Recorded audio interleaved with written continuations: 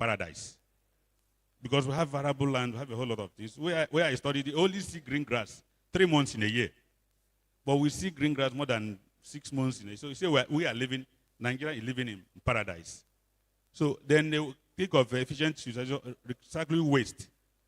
I visited one place in Singapore.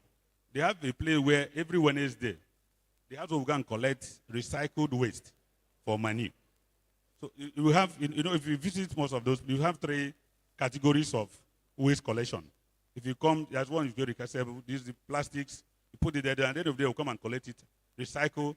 Then on Wednesdays, every Wednesday, every week, they go and collect. Then even their hotels, they recycle the water. If you visit any of the Singapore hotels, they recycle the water, and then they write, this water is safe for drinking. So, and that's the area of what we are talking about, efficient resource utilization. Hello?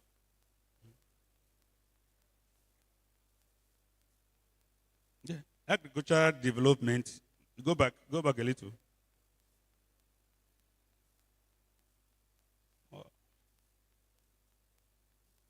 Security, we talked about security. Let's just, then agricultural development.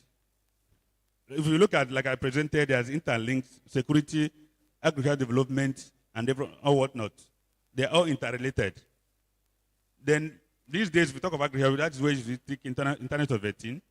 We think of remote sensing, precision agriculture, where a lot of things is done. You can just be at the comfort of your room, and then do whatever you do. So when I call to action, what's happening? What I call to action is because you cannot have all these things developed without having education. Because most farmers live in rural villages. They need proper education, providing training on sustainable farming techniques, use of new technologies and resource management. You have regulatory framework implementing policy that encourages sustainable development and protect natural resources. They have to also research and development, invest in research to develop new agricultural techniques, technologies, and sustainable practices. They subsidies and grants, offering financial incentives for adopting sustainable technologies and practices. Industrial evolution, revolutions, and new social order. I said to just go back to the basis of how most of what we use in engineering are coming up from. So you remember when we have daily carriages, the way we used to move before, and I'm trying to say the evolution and the revolution. If you look at the first arrow is evolution, the second one revolutions. This is where we have early carriage, more fancy automobiles. Then we have the telephone. We have the fancy ones. Before we now come to mobile phone that we have now. Then we now also look at industrial. We are now in industrial 4.0. And each of the 1.0, 2.0, and 3.0, and 4.0s are different stages of development. So we are now in 4.0. And we have to think of how do we key in. Where an AI, what just an AI needed to do, just to pick your one, but even you can get a second of your voice. It can use to conjure all the discussions that never existed between you and the party. It can take your face, the exact face of what we are, and show you as if it is you, your voice, your face, and everything about you are talking. In the advanced world, there has been a very major problem to them. How do they handle this type of technology? This is where we are. Then, unfortunately for us, I don't know which of the stages now where we can classify us that this is where we belong. But be that as may, there's always a beginning. And if we can begin now, it is not late. Then I put this word away, and in the life phase, when learning engineering practices transcend just graduating from a discipline to multi-level integrated understanding of nature, human psychology, professionalism, security. Today's knowledge is infinite and readily available in our hands. We live in the age of digitalization and integration of value chains. The idea of business models, customer access, and products and services. So these days is not the days you rely more on. For example, I did mechanical, and mechatronics. Even someone that studied computer engineering, computer science, can study mechatronics. Mechatronics is all about integration of every other aspect of engineering. So this is where we are now. Just like knowledge in the air. But the only thing that the problem we virtually have in our country is the environment. The environment are not the same. I'm sure where we are now, we're running on gen. We're running on generator. Very, very sure we're running on generator. But all those things we say best practices. They only brought gen if, for example, they want to repair a particular area. That's when they brought. So that is the difference between us and them. When I visited engineering faculty today, there was no light. I was just telling my colleagues, how can medieval research, go on this kind of environment? Where you're supposed to have 24 hours internet, you have to have 24 hours light, both in the field. Like when I was in China, everywhere, even the football pitch, you have your internet working for you. In the lab, we have 24-hour internet working for you. And we stay in the lab with our professors. They don't just give us assignment and go. We go there by 7 and we stay with him up to 2 a.m. So they are so made, even their quarters is so conducive that if you don't produce an output, so if you don't have an output, you can give me anyone here. So if you don't have an output, like if you're a Chinese professor, if you are sick, he won't come and ask you, how is your health? How is the work going?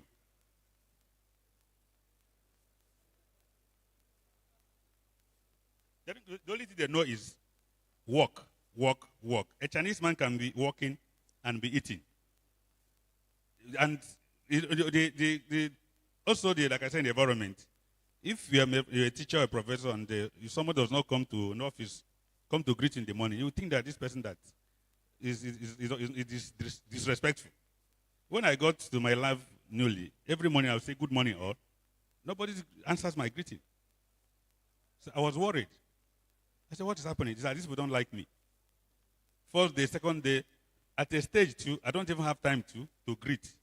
No talk of wondering whether you will accept my greeting or not. Because you have to work, and that's the only language you do. The sponsor, if like a professor was so rich, when they gave him money, my sponsor, he said, come, take it, I don't need it. The money they paid him for supervising me, he said, I don't need it. Once in a while, he gives us money, if we work and work, gives us money to go and enjoy. He joined us, go to KTV, drink, sing with him. So that's why I like when you mention the relation between the professors here and the students. It's totally different from when we are in school. You couldn't understand what I'm saying. If you see your teacher like this, your body will be shaking. You want to go and visit your professor, you can stand more than 30 minutes at the door. How will I knock on the professor's door? I want to see him. But it's changed. If that relationship is existing, especially when it comes to engineering. Engineering is something that as you are working, you are thinking. As you are eating, you are thinking. As you are sleeping, you are dreaming of engineering. Because engineering has to do with creation. I didn't want to equate engineers with the creator of the universe. Because engineers are about creation. So we need to also, then research and development. I try to bring so many things into my discussion so that it will give us room to open up more of our mind, like I said, empty your cup, so that new and little ideas can flow in. Because there's one story that our Reverend Father told us. He said it's a story, I don't know if it existed. He said he was driving, and they had a problem with the tire. And then that tire, the 4 nuts of the tire removed. The tire was about going off. So they were trying to use bike to go to the next market to buy another 4. He said, no, you think you are wearing stand like a Reverend Father. Don't you know if you take one from the other 3, put in this one now, you can take it to the next stage. So by implication is that as you are here for this conference, there's no way you go without learning anything. All you need to do is to empty your cup. So research and development, we all know, is basically knowledge transfer processes between university, research institutes, and then the manufacturing industries. I don't want to go through all of them and then continue. So I just want to go the last one. Research and the technology or invention synergy is the interaction and creation of combined elements that produce a total effect that's greater than the sum of the individual elements. So what we're trying to do in PRODA is that we dwell more on team work. You have to, because when I was in FIRO, if you are working on any agro-processing, you must have a microbiologist, you have a chemical analyst in the team, you have a food scientist, We have an engineer also that have designed. So all those ones, everybody will contribute for us to have something that will go to the society. They will have talk about source of R&D. It's high institutions. Most of R&D come from high institutions. It comes from universities, and then it comes even from roadside. Roadside, their own different that they don't do any DY/DX, but they produce this machine that works. So all we needed to do is to integrate their own knowledge now with our own DY/DX, and then also the material selection, because you can see somebody that's doing food-related machines and use might steel. Well, he doesn't know that it's also supposed to use it, but the machine is working. So there's need for us to harness that synergies between the researchers, universities, and also that work in the research institute. And then the research and development industry linkage is critical because it enhances skill development. It is critical because it facilitates acquisition or adoption of knowledge, innovation, and technology transfer.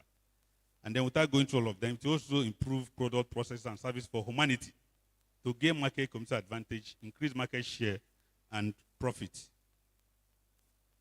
So, but there are barriers. How do these three organs interact? Research institutes, universities, and then local industry. And then I brought this picture, which I quoted. It was somebody I brought it. There's a gap, very big gulf between the local research and the local industries and industry products. So how do we shift these two sides? How do we close that?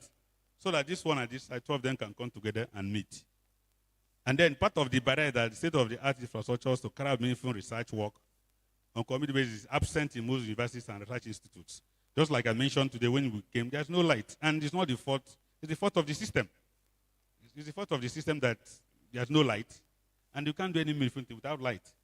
And there's nothing you can do about it. The system that each and every one of us find ourselves. So, and then even the reward system too, like I mentioned about my friend and my classmate, I visited, like I said, after I graduated, he was sent to US for 2 years to study, and any Chinese student that gets admission to study in the best university in US, especially US is their standard, is handsomely paid. Handsomely paid. If you publish, here, sometimes I pity lecturers, not because of it's the system. I'm sure here for you to publish, you pay with your money.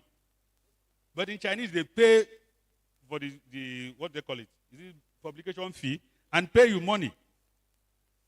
If you publish in a high impact factor, very high impact, then as 2008, they pay close to more than 300 RMB for publishing in high impact journals. So they pay, even as a student, I was a foreigner, they pay all the publication I had, they paid for it. All my conference, they paid for it. But here, I think you struggle from the little money they are paying you to pay for your publications. It's not, so when the output of there and here are not the same thing, you blame the systems, not the practitioners, because the systems are not the same thing. So like I mentioned, all those ones continue. So there are different models of R&D that we still to look at, where we have a critical element for R&D industry linkages. That's what I call hardware, humanware, hardware, and software. And then if you look at the source of the humanware, the hardware, humanware, and software, the main functions for R&D linkage, research, business management, infrastructure. Then look at the source of innovation. Source of innovation is the R&D. The humanware is business entrepreneurship. Just like I mentioned about my friend that he's also a professor, he have a team of researchers, but he's also a businessman. So also have to think as if there's no box at all. And then the software, how do you manage those things? The hardware is the infrastructures. And then these are the model, critical elements of R&D. You have the university, which is the humanware, small and medium scale, the software, the regional government. And then market need. Establish emerging and the new to the world based on source of innovation. Because when I was MBTI, our keyword is value addition.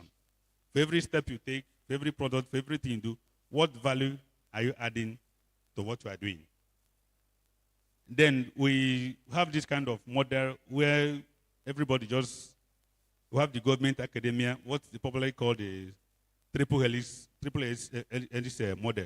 Government has its own role, of financing, policy formulation, innovation support, advisory system, the academia, R&D, education, incubators and spin-offs, then industries, who uses the government policies affect every other aspect. The government policies affect the academia. The government policies affect the industries. Because the ASU, like normally is fighting and they're not in school. Research will not go on. Then what I try to project in what I call the changing, the linear model, where we have the ecosystem. It's no longer we have the ecosystem, the collaborative model, where each and everyone is collaborating for a common purpose. Like I usually liken it to what I call a competition. That's cooperative competition. Like I mentioned earlier on in China, the professors are competing among them to have state key laboratory. If a Chinese scholar and have a state key laboratory, you are good to go. You may not likely be poor again, because you have a lot of inflow from your government, a lot of inflow from other funding agencies, and I have a lot of funds. A lot of funds. Like if I can benefit as much as I benefit as a foreigner, imagine a PhD student in my school in China is paid salary. Every month you are paid money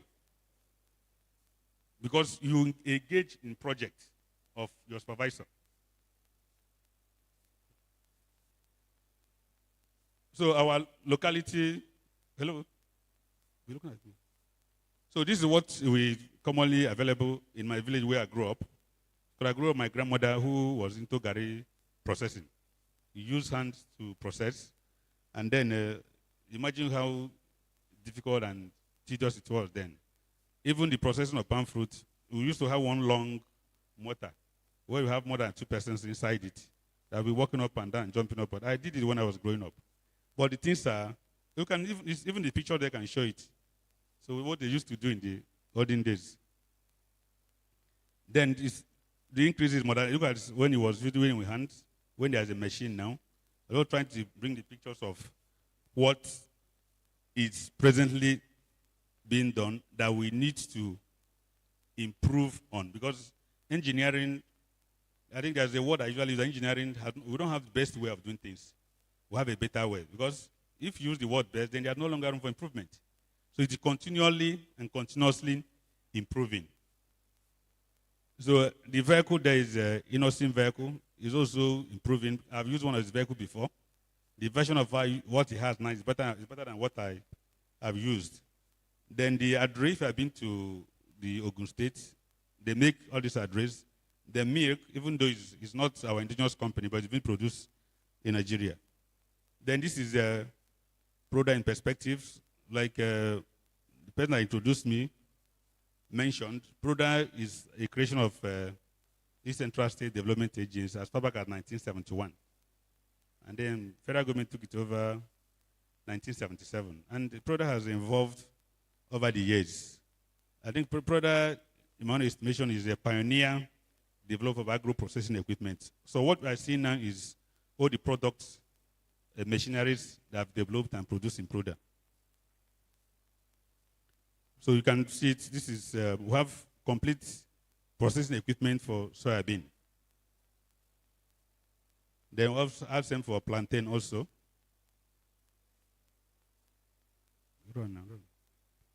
Then palm fruit, you have, just bring your buncher from the beginning, then you collect the oil. Keep on going. So let me just show pictures of what we be able to, we have all these things available. Then we also have a factory, we have a pencil production factory, so which we also done the research on the benefit. We are presently doing the beneficiaries of the raw material used in production. We have a full-fledged factory that produces pencil.